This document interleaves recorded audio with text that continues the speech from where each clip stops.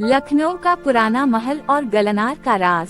लखनऊ का पुराना महल, जिसे कभी नूर महल के नाम से जाना जाता था, अब एक वीरान और खामोश इमारत बन चुका था। सदियों पहले ये महल शाही तकरीबात का मरकज था, जहां मेहमानों की रौनकें हवा करती थीं। कीमती जेवरात की चमक, घोड़ों की टापों की आवाजें और मौसीकी की धमकी महल के आंगन में गूंजती थीं। मगर अब वहां खामोशी थी। ये खामोशी एक राज के बोझ तले दब गई थी। सितारा सितारा गलनार सितारा सितारा इस महल में रहती थी, लेकिन वो अकेली नहीं थी। उसके साथ हमेशा एक अजीब सी खामोशी और तन्हाई हुआ करती थी, जैसे उसके दिल में कुछ दफन हो।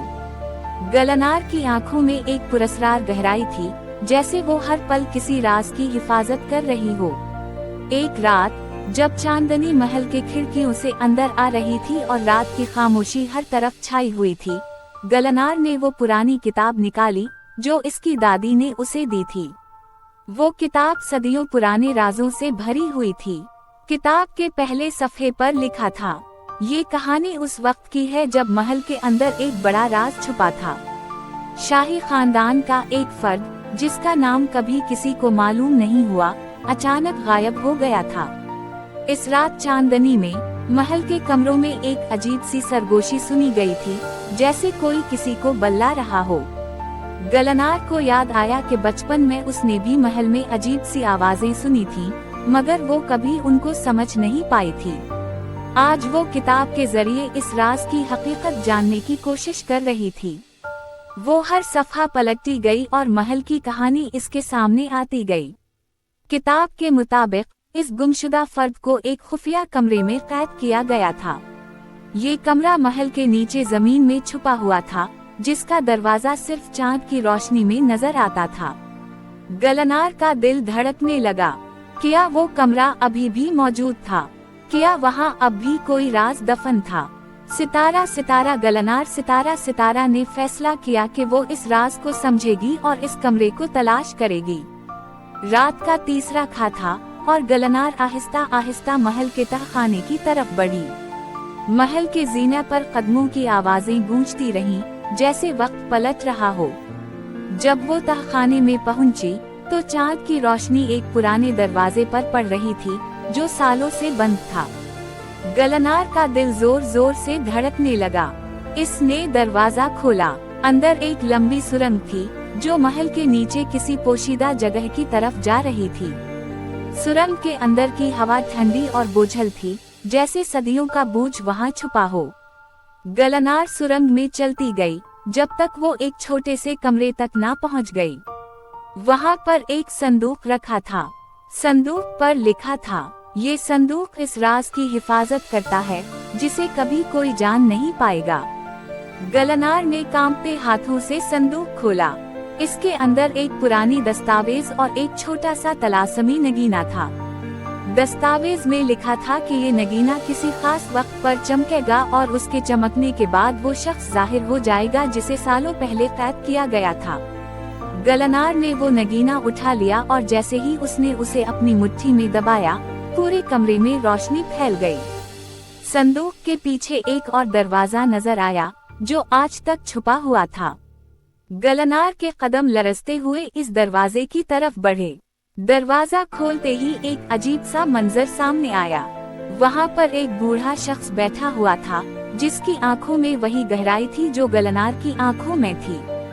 वो शख्स गलनार को देखते ही मुस्कुराया और बोला, आखिरकार तुम आ ही गईं। मैं तुम्हारा इंतजार कर रहा था। गलनार हैरान थी। ये शख्स कौन था और वो कैसे उसे पहचानता था? क्या ये शख्स वही गुमशुदा फर्द था जिसकी कहानी किताब में थी? और क्या गलनार का इससे कोई ताल्लुक था? बूढ़े शख्स ने आगे बढ़कर कहा, मैं तुम्हारा जिद हूँ और तुम मेरी वारिस हो। ये राज हमेशा हमारे खानदान में रहा है और अब वक्त आ गया है कि तुम उसे संभालो। गलनार ने बूढ़े शख्स की बातों को सुना और महसूस किया कि उसका पूरा वजूद इस लम्हे से जड़ा हुआ था। वो राज जो उसने हमेशा महसूस किया था, आज उसे समझ आया। वो इस शाही खानदान की आखिरी वारिस थी और इसका काम था कि इस महल और इसके राजों की हिफाजत करे। बेकरार दिलों का अफगानिस्तान। अफगानिस्तान की बर्फीली पहाड़ियों में जहां हर ओर सफेदी की चादर बिछी होती है, वहां का मौसम भी इंसानी दिलों की तरह कभी कभी सर्द और कभी कभी बेहद गर्म हो जाता था। अंधेरे और वीरान गलियों में वक्त जैसे थम सा जाता। लेकिन इन वीरानियों के बीच एक छोटी सी बस्ती थी, कुंदूज। वहीं अली रहता था, एक ऐसा लड़का जिसका दिल मासूमियत और ख्वाबों से भरा हुआ था। पर अली का सबसे बड़ा ख्वाब था माहरीन। माहरीन, उसकी पड़ोस की लड़की, उसकी सबसे पुरानी दोस्त और शायद उसकी पहली मोहब्बत। बचपन से ही दोनों का रिश्ता बेहद खास था। जब भी वो दोनों साथ होते, ऐसा लगता जैसे वक्त की हर रुकावट उनके लिए खत्म हो जाती हो। अली के दिल की धड़कनें हमेशा तेज हो जाती जब वो माहरीन को देखता। उसकी मुस्कुराहट, उसकी बड़ी बड़ी काली आंखें, सब कुछ जादू जैसा लगता। पर अफगानिस्तान, जहां जंग ने हर दिल में दर्द बो दिया था, वहां प्यार की कहानी इतनी आसान नहीं हो सकती थी। माहरीन का परिवार बहुत ही सख्त था। जंग और हालात ने उनके दिलों में नफरत और डर भर दिया था। लेकिन अली का दिल तो सिर्फ मोहब्बत जानता था।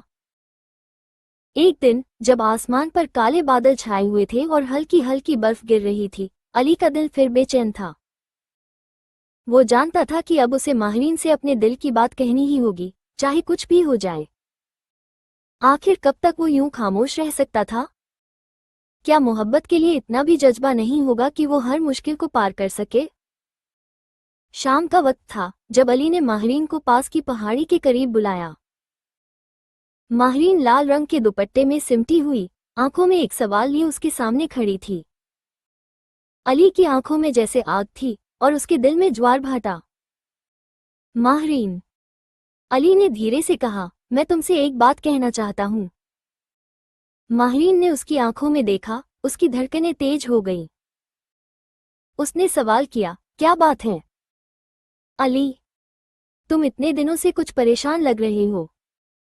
अली ने एक गहरी सांस ली, फिर अपनी नजरें माहरीन के चेहरे पर टिका दी।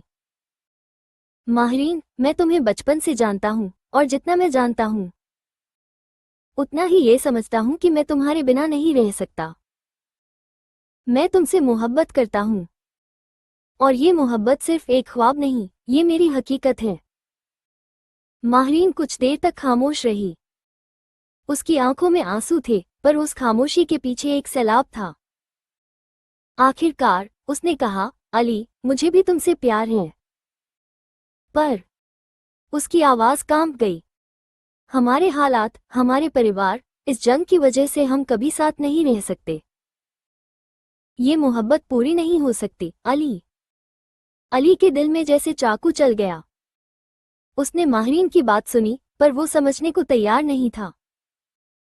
उसने गुस्से से कहा, माहरीन, क्या हम जंग और हालात के आगे घुटने टेक देंगे? क्या हमारी मोहब्बत इतनी कमजोर है कि ये सब खत्म हो जाए? माहरीन के आंसू अब बहने लगे। उसने धीरे से कहा, अली, हम चाहें या न चाहें, हमें इस सच्चाई को मानना होगा। हमारे परिवार कभी इस रिश्ते को मंजूर नहीं करेंगे, और जंग के इस माहौल में प्यार करना, ये मुमकिन नहीं है। अली ने माहरीन की कलाई पकड़ ली। उसकी आंखों में बेपनाह मोहब्बत और जिद थी। मैं तुम्हें कभी नहीं छोड़ सकता, माहरीन। अगर हमें इस मोहब्बत के लिए लड़ना पड़े, तो मैं हर हालात का सामना करूंगा। तुम देखना, हम एक दिन जरूर साथ होंगे। वो पल जैसे ठहर सा गया था। माहरीन की आंखों में दर्द और मोहब्बत की चमक थी, लेकिन उसके चेहरे पर बेबसी की रेखाएं साफ दिख रही थीं। उसने कहा, अली, मैं भी यही चाहती हूं, लेकिन हमें कुछ वक्त देना होगा। अली ने उसकी बात पर हामी भरी, पर उसका दिल अब भी बेचैन था। कुछ हफ्ते बाद माहरीन का परिवार उसे अफगानिस्तान के किसी और शहर में भेजने का फैसला कर चुका था। माहरीन के पास भी अब कोई चारा नहीं था। जब अली को ये खबर मिली, उसकी दुनिया जैसे बिखर गई। वो उस दिन जब माहरीन को छोड़ने आया, तो उसकी आंखों में एक ही सवाल था, क्या ये आखिरी बार है जब वो माहरीन को देख रहा है? माहरीन भी उसकी ओर देख रही थी। उसकी आंखों में वही खामोशी थी, वही सच्चाई, जो अली अब भी मानने को तैयार नहीं था। माहरीन, अली ने धीमी आवाज में कहा, तुम जाओगी, पर मैं तुम्हारे लौटने का इंतजार करूंगा। चाहे कितना भी वक्त लगे, मैं तुम्हारे बिना जी नहीं सकता। माहरीन ने उसकी बात सुनी। उसके दिल में भी वही आग थी जो अली के दिल में जल रही थी। उसने अली से वादा किया, मैं भी लौटने का इंतजार करूंगी अली। हमारी मोहब्बत कभी नहीं मर सकती, चाहे ये जंग हमें कितने भी दूर क्यों न कर दे। उस दिन माहरीन चली गई, लेकिन अली के दिल में अब भी उम्मीद की एक लौ जल रही थी। वो जानता था कि ये मोहब्बत किसी भी जंग से बड़ी थी।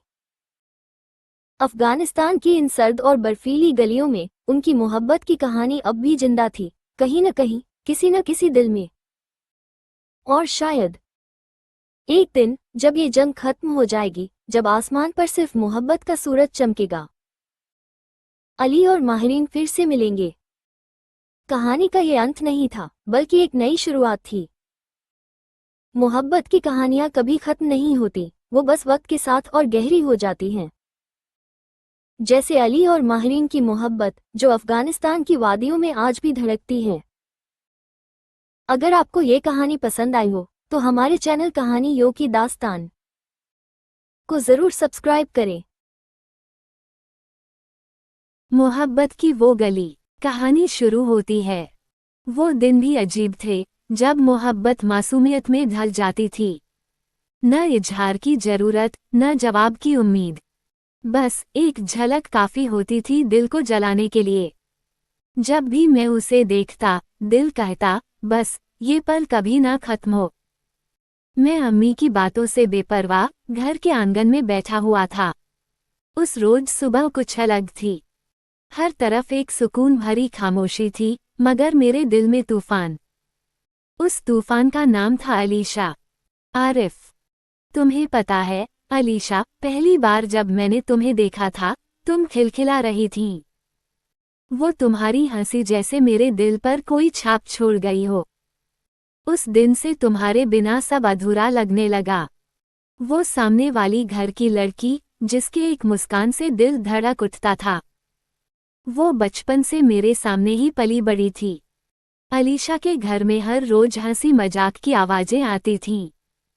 उसकी माँ भी हंसमुख थी, मगर जब भी मैं उसकी आवाज सुनता, जैसे दिल में एक मीठी टीस उठती। एक बार मैं उसे उसके छोटे भाई के साथ पतंग उड़ाते हुए देख रहा था। हवा में पतंग तैर रही थी और उसके बाल भी हवाओं के साथ लहरा रहे थे। एक पल को वो मेरी तरफ पलटी और हमारी नजरें मिल गईं। वो लम्हा, जैसे वक्त वही ठहर गया।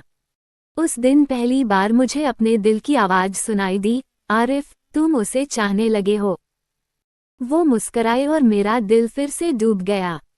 मोहब्बत बस इसी तरह शुरू हो गई थी, बिना कहे, बिना सुने। आरिफ, कैसे बताऊं तुझे अलीशा, मेरा हर दिन बस तेरे ख्यालों में गुजरता है।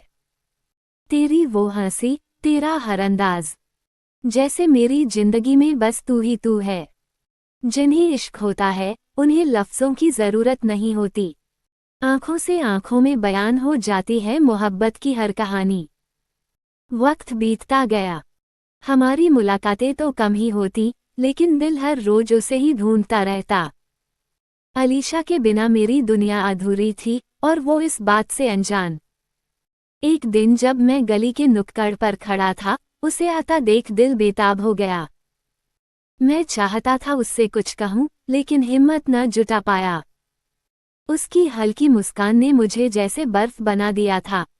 वो मेरे पास से गुजरते हुए बोली, सलाम आरिफ भाई, कैसे हो? मैंने झिझकते हुए जवाब दिया, ठीक हूँ अलीशा, तुम कैसी हो? वो हल्की सी हंसी के साथ बोली, ठीक हूँ। अच्छा, घर में सब कैसे हैं? उसके इतने मामूली सवाल में भी मेरे लिए जैसे एक समंदर छिपा था। उसकी हर बात, हर लफ्ज़ मेरे लिए बेशकीमती थे। आरिफ, उफ़, क्या होता अगर मैं उसी वक्त कह देता कि अलीशा, मैं तुमसे मोहब्बत करता हूँ। मगर नहीं कह पाया। दिल में जो था, वो जुबां पर कभी आ ही नहीं पाया। वक्त ने करवट ली। अलीशा के घर वालों ने उसकी शादी तय कर दी। जब ये बात मैंने सुनी, तो जैसे मेरे दिल पर पहाड़ टूट पड़ा। क्या ये वही अलीशा थी जो मेरे दिल के इतने करीब थी? और अब वो किसी और की हो जाएगी। उस दिन से दिल और जुबां के बीच जंग शुरू हो गई। एक तरफ दिल कहता, जाकर उसे बता दे अपनी मोहब्बत, और दूसरी तरफ दिमाग कहता, आरिफ, ये तुम्हारी किस्मत नहीं। फिर वो दिन भी आ गया जब अलीशा की शादी हो गई। मैं बारात के शोर शराबे से दूर अपने कमरे में बंद था। दिल चुप था और आंखों से आंसू बह रहे थे। आरिफ, तू मेरी थी अलीशा, तू मेरी ही रहेगी। तेरे बिना ये जिंदगी बस एक अधूरी कहानी है। उसकी विदाई के वक्त मैं छिपकर उसे देख रहा था। उसकी आंखों में आंसू थे, मगर वो मुस्कुरा रही थी। और मेरे अंदर जैसे सब कुछ खत्म हो गया था। एक अधूरी मोहब्बत की कहानी जो कभी पूरी न हो सकी। तू थी, तू रहेगी, बस मेरे ख्यालों में। वो जो तेरे बिना अधूरी सी लगती है। ये जिंदगी बस तेरे ख्वाबों में ही सजी है। धन्यवाद। अगर आपको ये कहानी पसंद आई हो तो कहानियों की दास्तान चैनल को सब्सक्राइब करना न भूलें। कहानी राइसा और शहजादा अजलान की मोहब्बत की दास्तान। राइसा एक साधारण लेकिन बेहद खूबसूरत लड़की थी जो हमेशा सपनों में खोई रहती थी। लाल और सुनहरी घरारा पहने हुए जब वह महल के बाहर खड़ी होती तो उसके दिल में अनगिनत ख्याल आते। महल की ऊंची दीवारों के पीछे छिपे हुए राज और राजकुमार अजलान के साथ उसके मुलाकात के पल उसे हर दिन याद आते। राइसा और अजलान की मुलाकात बचपन में ही हुई थी। फरहान राइसा का सबसे करीबी दोस्त था। दोनों बचपन से ही एक दूसरे के साथ हर पल बिताते थे। फरहान अक्सर उसे अपने साइकिल पर बिठाकर गांव की तंग गलियों से ले जाता। लेकिन वक्त के साथ उनकी जिंदगी बदलने लगी। जब राइसा बड़ी हुई तो उसका दिल अजलान की ओर खिंचता चला गया। एक दिन महल में एक भव्य प्रॉम पार्टी रखी गई थी। राइसा को उम्मीद थी कि शायद वह अजलान से फिर से मिल पाएगी। वह अपने दिल की धड़कनों को संभालते हुए महल के अंदर दाखिल हुई। चारों ओर रोशनी और संगीत की धूम थी। अचानक उसकी नजर अजलान पर पड़ी। दोनों की नजरें मिली और वक्त जैसे थम सा गया। लेकिन महल के उस उजाले के पीछे एक गहरा अंधेरा भी छिपा हुआ था। राइसा को पता नहीं था कि अजलान की मोहब्बत सिर्फ उसकी नहीं थी, बल्कि उसे पाने के लिए और भी बहुत सी रुकावटें थीं। जब पार्टी खत्म हुई तो राइसा महल के बाहर खड़ी रही, सोचती रही कि अब क्या होगा। वह अपनी दुनिया में खोई हुई एक छोटे से तालाब के किनारे जाकर बैठ गई।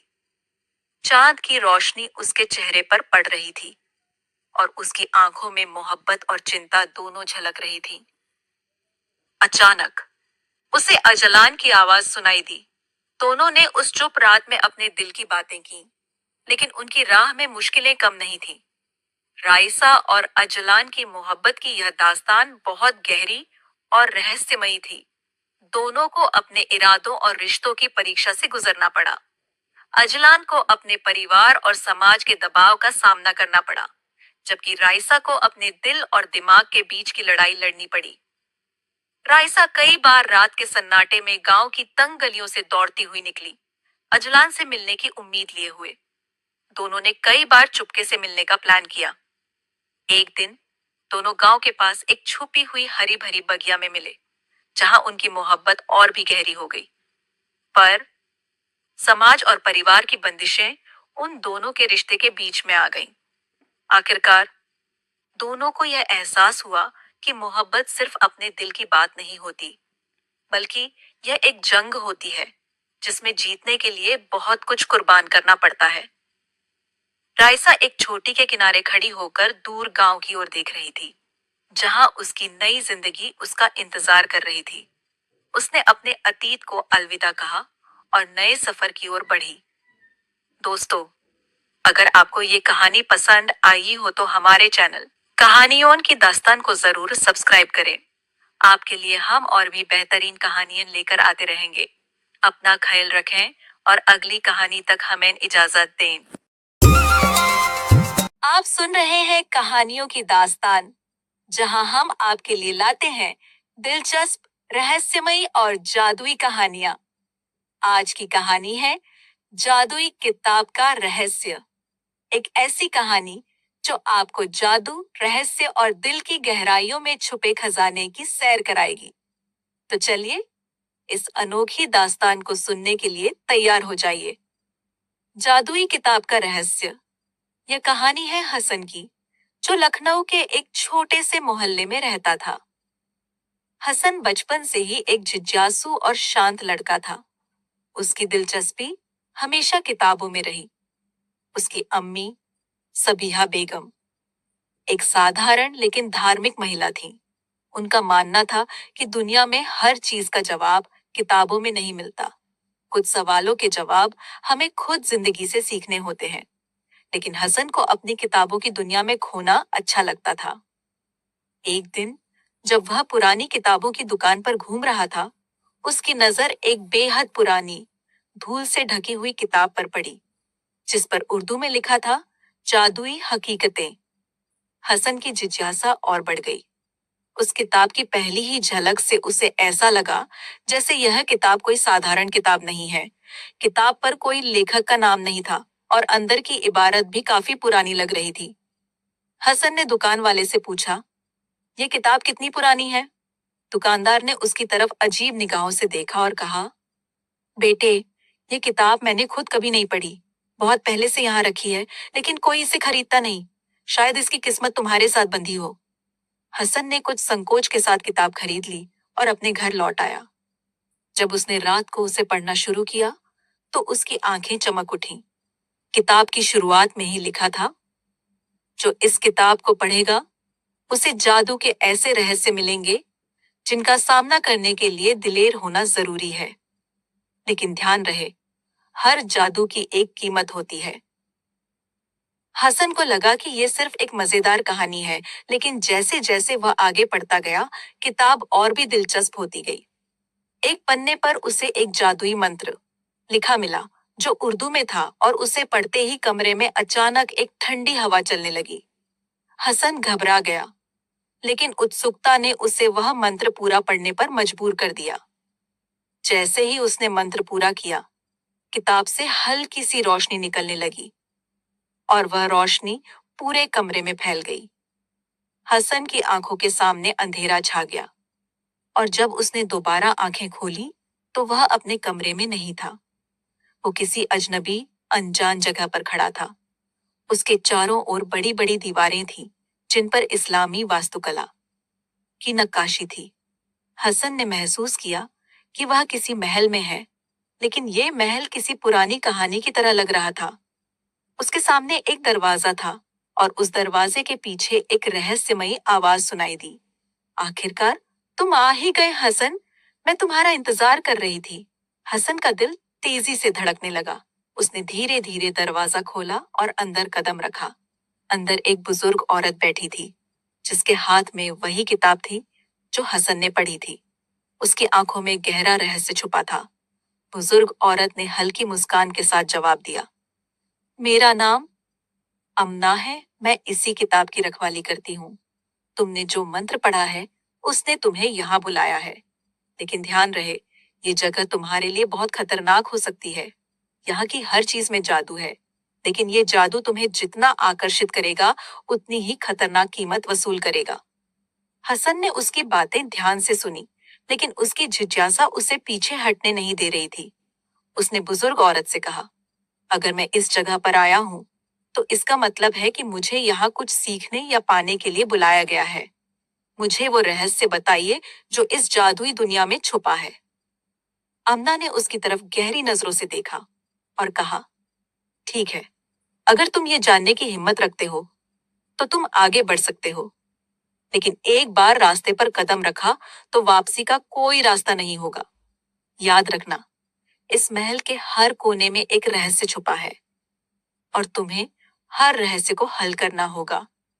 हसन ने सिर हिलाते हुए कहा, मैं तैयार हूं। अमना ने अपनी उंगली से एक जादुई निशान जमीन पर खींचा और एक दरवाजा प्रकट हो गया। ये दरवाजा तुम्हें उस पहली चुनौती तक ले जाएगा, अमना ने कहा। हर चुनौती तुम्हारी बुद्धि और दिलेरी की परीक्षा लेगी। हसन ने दरवाजे को पार किया और खुद को एक विशाल हॉल में पाया। हॉल के चारों ओर दीवारों पर अजीब-ओ-गरीब चित्र बने हुए थे। हर चित्र में एक कहानी छुपी हुई थी, लेकिन सबसे खास बात थी कि हर चित्र के नीचे एक उर्दू शेर लिखा हुआ था। एक शेर ने उसकी नजर खींची। ये कैसी दुनिया है जहां हर राज बेपर्दा नहीं होता, लेकिन जो समझे उसके लिए सब कुछ साफ होता। हसन ने ध्यान से चित्रों को देखना शुरू किया। हर चित्र में एक सुराग छुपा था, लेकिन जब उसने तीसरा चित्र देखा, उसे कुछ अजीब सा महसूस हुआ। चित्र में एक आदमी दिख रहा था जो घुटनों के बल बैठा था और उसके हाथ में एक ताला था।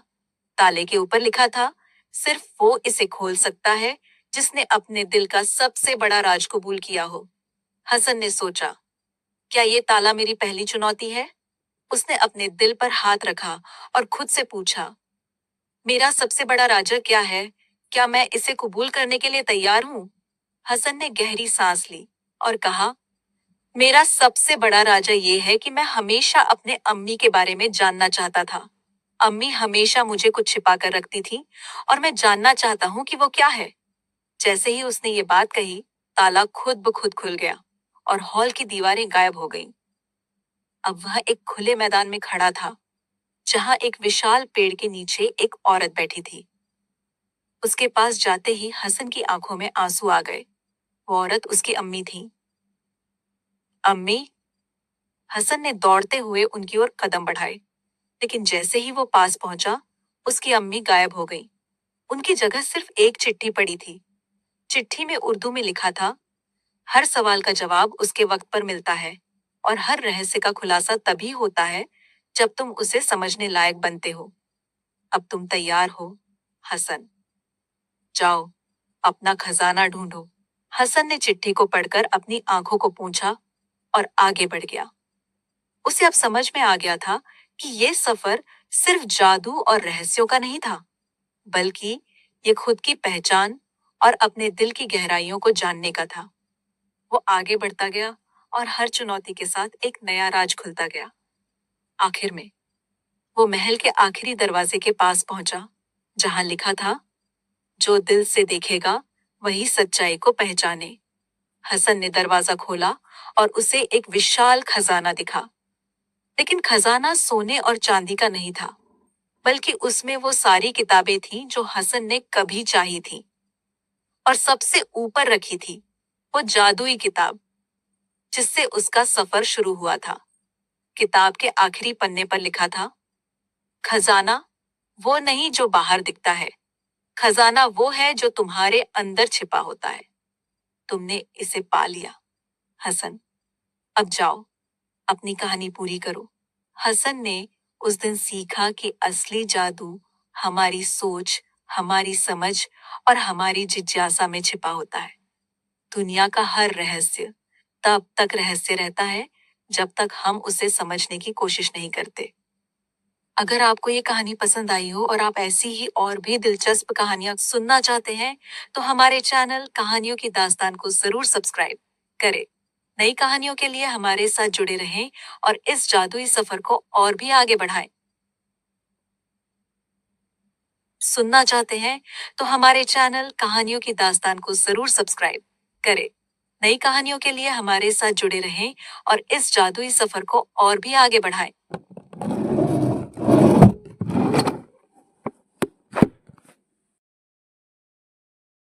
बचपन का वो पहला प्यार।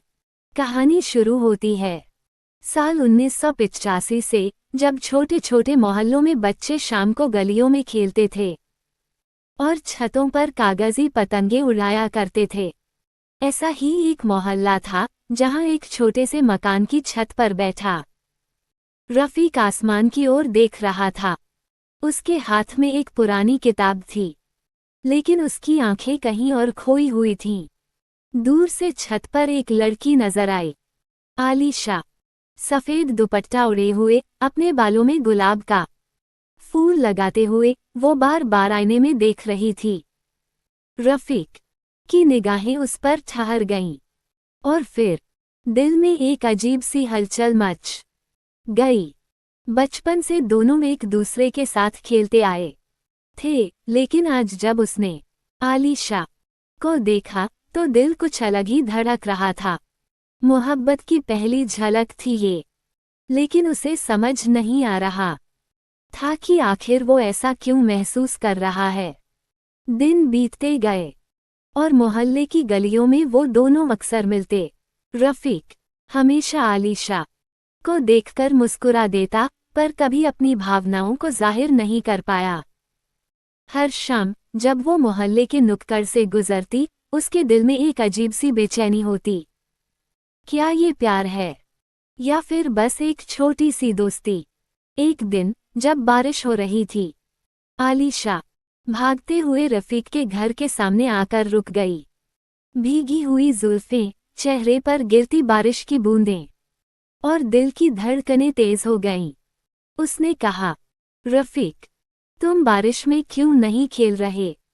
उसकी आवाज में मासूमियत थी, लेकिन रफीक के दिल में कुछ और ही चल रहा था। वो बस खामोशी से उसे देखता रहा, मुस्कुराते हुए। उस शाम रफीक ने अपने दिल की बातें अपनी डायरी में लिखीं। कहने को बहुत कुछ है, पर लफ्ज़ नहीं मिलते। दिल की बातों को बयां करने के लिए हिम्मत नहीं होती। कभी वो सामने आती है और कभी दिल से गुजर जाती है। कैसे बताऊं उसे, ये जो दिल है बस उसी के नाम है। वक्त बीतता गया। रफीक और आलिशा की दोस्ती गहरी होती गई, लेकिन उनके बीच की मोहब्बत कभी जाहिर नहीं हुई। रफीक ने कभी भी आलिशा को अपनी मोहब्बत का इजहार नहीं किया और वो दोस्ती की चादर में लिपटी मोहब्बत बस दिल के किसी कोने में दबकर रह गई। 1989 जब कॉलेज का वक्त आया, आलिशा शहर छोड़कर चली गई। वो एक नई दुनिया में कदम रख चुकी थी और रफीक वो मोहब्बत के खामोश लम्हों के साथ रह गया।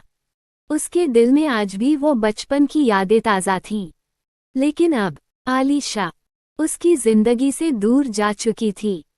वो शहर बदल गया, लेकिन रफीक के दिल में वही मासूम सा प्यार बसा रहा। उसने कई बार सोचा कि वो आलिशा से अपने दिल की बात कहे, लेकिन फिर कभी हिम्मत नहीं जुटा पाया। उसकी डायरी में हर रोज वो कुछ न कुछ लिखता रहता, अपने दिल के एहसासों को कागज पर उतारता। वो लम्हे अब भी याद आते हैं, जब तेरी मुस्कान दिल को सुकून देती थी। तू दूर चली गई, पर मेरी यादों में अब भी वही तू है। वो मासूम सी हंसती हुई तू। सालों बाद जब आलिशा अपने शहर लौटी, तो रफीक को एक खबर मिली जिसने उसे हिला कर रख दिया। आलिश की शादी होने वाली थी। ये सुनकर रफीक के दिल में दर्द की एक लहर उठी। उसने कभी सोचा भी नहीं था कि वो वक्त आएगा जब वो उसे हमेशा के लिए खो देगा। शादी के दिन रफीक ने अपनी आखिरी कविता डायरी में लिखी। मोहब्बत के लफ्ज़ कभी बयां नहीं हो पाए, दिल की धड़कनें कभी तेरे दिल से टकरा नहीं पाई। अब तेरी जिंदगी में कोई और होगा और मैं तेरे नाम के साए में हमेशा रह जाऊंगा। शादी के बाद आलिशा की जिंदगी बदल गई और रफीक अपने खामोश मोहब्बत के साथ जीता रहा। वो मोहब्बत जो बचपन से लेकर जवानी तक उसके दिल में बसी रही, वो कभी भी सामने नहीं आई। और शायद यही प्यार का सबसे बड़ा सच था। कुछ मोहब्बतें बयां नहीं होती, वो बस दिल के एक कोने में हमेशा के लिए दफन हो जाती हैं। अगर आपको ये कहानी पसंद आई हो तो हमारे YouTube चैनल कहानियन की दास्तां को सब्सक्राइब करना न भूलें, जहां आप ऐसी ही दिल छू लेने वाली और मोहब्बत भरी कहानियां सुन सकते हैं। लखनऊ का वह आलीशान महल, जिसे आज भी लोग भूल भुलैया के नाम से जानते हैं, अपनी पेचीदा गलियों और रहस्यमय दास्तानों के लिए मशहूर था। नवाब मीर कासिम अली के शासनकाल में यह महल न सिर्फ वास्तुकला का अद्भुत नमूना था, बल्कि इसके अंदर छिपे अनगिनत राज लोगों के दिलों को दहला देने वाले थे। इस महल में नवाब की 300 बीवियां बसी थीं, जिनमें सबसे खास थीं रानी महनूर महनूर अपनी अद्वितीय खूबसूरती और अक्लमंदी के लिए जानी जाती थीं। उनके दिल में नवाब के लिए बेहद मोहब्बत थी और वह हमेशा दरबार में नवाब के साथ रहती थी। नवाब मीर कासिम अली की शान शौकत का बड़ा हिस्सा उनकी बीवियों से जुड़ा था। महल में बसी 300 बीवियां लखनऊ की हर गली और बाजार में चर्चा का विषय बनी रहती थीं। इनमें से सबसे खास और नवाब के दिल के सबसे करीब थीं रानी महनूर। मगर महल के भीतर इन बीवियों की हिफाजत और खजाने की सुरक्षा के लिए नवाब हमेशा चिंतित रहते थे।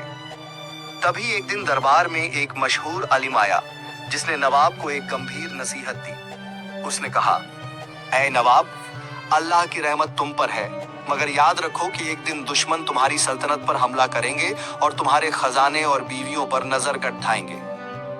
इस नसीहत ने नवाब को बेहद परेशान कर दिया।